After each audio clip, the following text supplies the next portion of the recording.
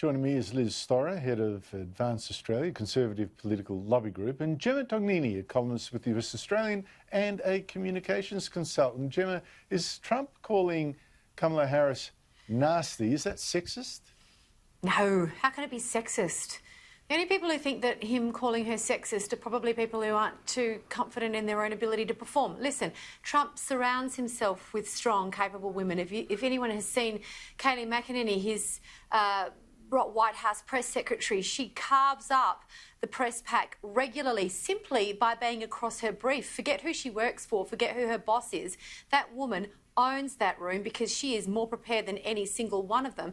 Does anyone think that Nikki Haley was, treated as a sexist object by President Trump? It's a convenient narrative, Andrew, but it doesn't stack up. And I might also add, it's not okay to denigrate people for the way that they look. But let's talk about how many people have objected when Donald Trump is himself ridiculed because of his looks, the colour of his skin, the colour of his hair, the comparisons to lots of different things. Exactly. And you can even extend that to this country. It's okay to denigrate or to make fun of, poke fun of the likes of the late Kerry Packer, for example, and the way he used to look. But it's not okay to make fun of women. It's not okay on either side, but I don't see anybody piping their heads up and saying, it's good for the goose, it's good for the gander.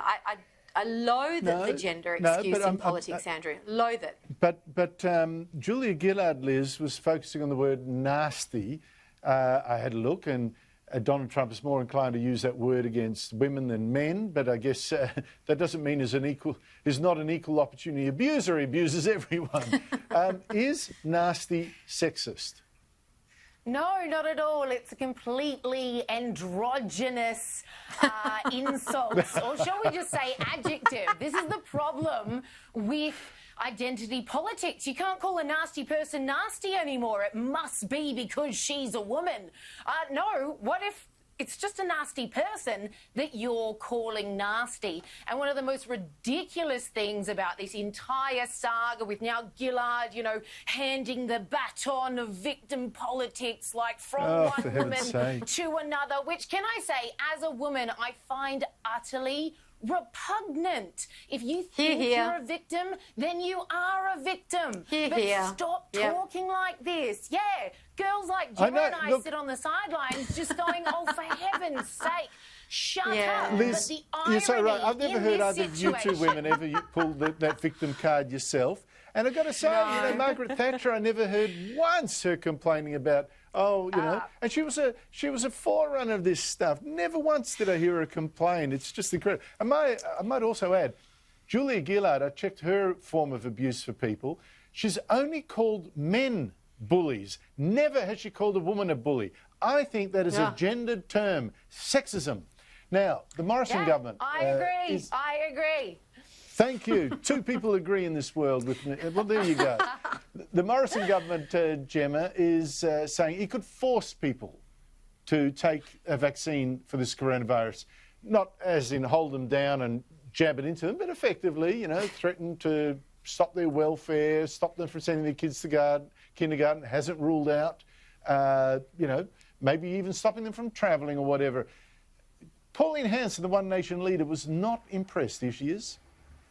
I heard the news today about the PM wanting to introduce a mandatory vaccination for COVID-19 for all Australians, or at least he wants 95% of Australians. Well, I tell you what, I'm not happy about this. I'm quite angry about it because you have no right to say, I have to have this vaccination, because I tell you what, I won't be having it. I don't have the flu vaccination, that's my choice.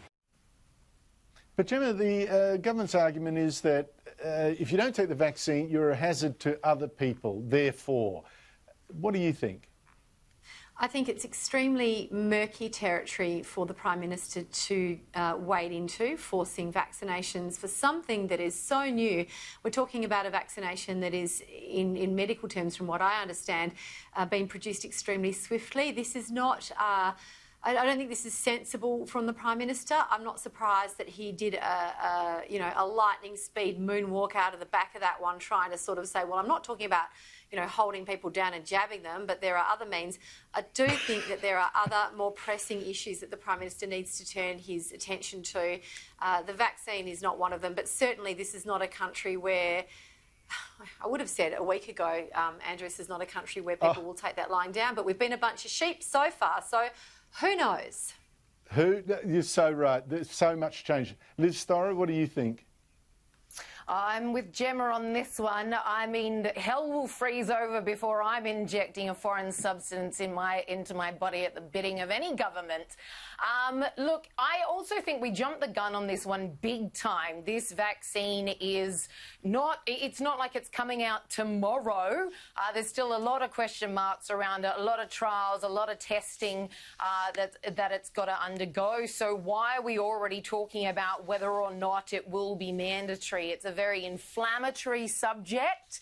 And the federal government's come out saying, well, we need 95% of us in order for herd immunity to be achieved. 95% of over 25 million Australians are supposed to jab this into ourselves. Like, good luck. It's like the COVID app all over again. We want to see this many millions. Exactly. It's not going to happen. And how well did that work? Someone get rid of the health That was bureaucrats. an abject failure. Yeah. Let's not talk about how much it costs because it makes my eyes water. Oh, no. Ladies, thank you so much for your input. Liz Storer and Gemma Tognini. It's a pleasure, Andrew. Thanks, both.